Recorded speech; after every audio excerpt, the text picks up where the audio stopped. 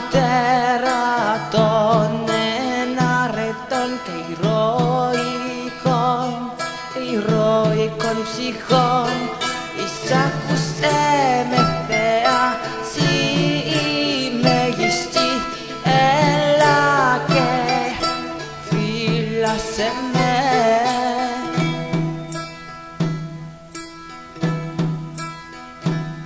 Ο Αθήνας είπαν σοφή, από το φως σου χάριζε φως στην οικουμένη. Ο Αθήνα εσύ Θεά, μητέρα των εναρετών και ηρωικών ψυχών. Ο Αθήνα εσύ Θεά, στάσου στο πλάι μας προστάτηρα και αργός.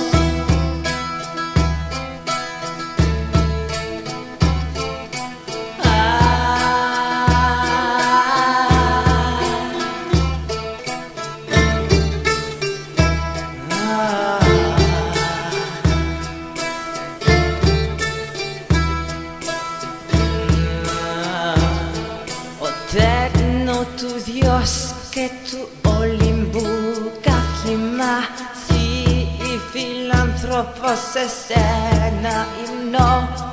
Ο Αθήνα μητέρα των εναρετών και ηρωικών ψυχών, φως που μας καθοδηγεί στους σκότους τα μονοπάτια.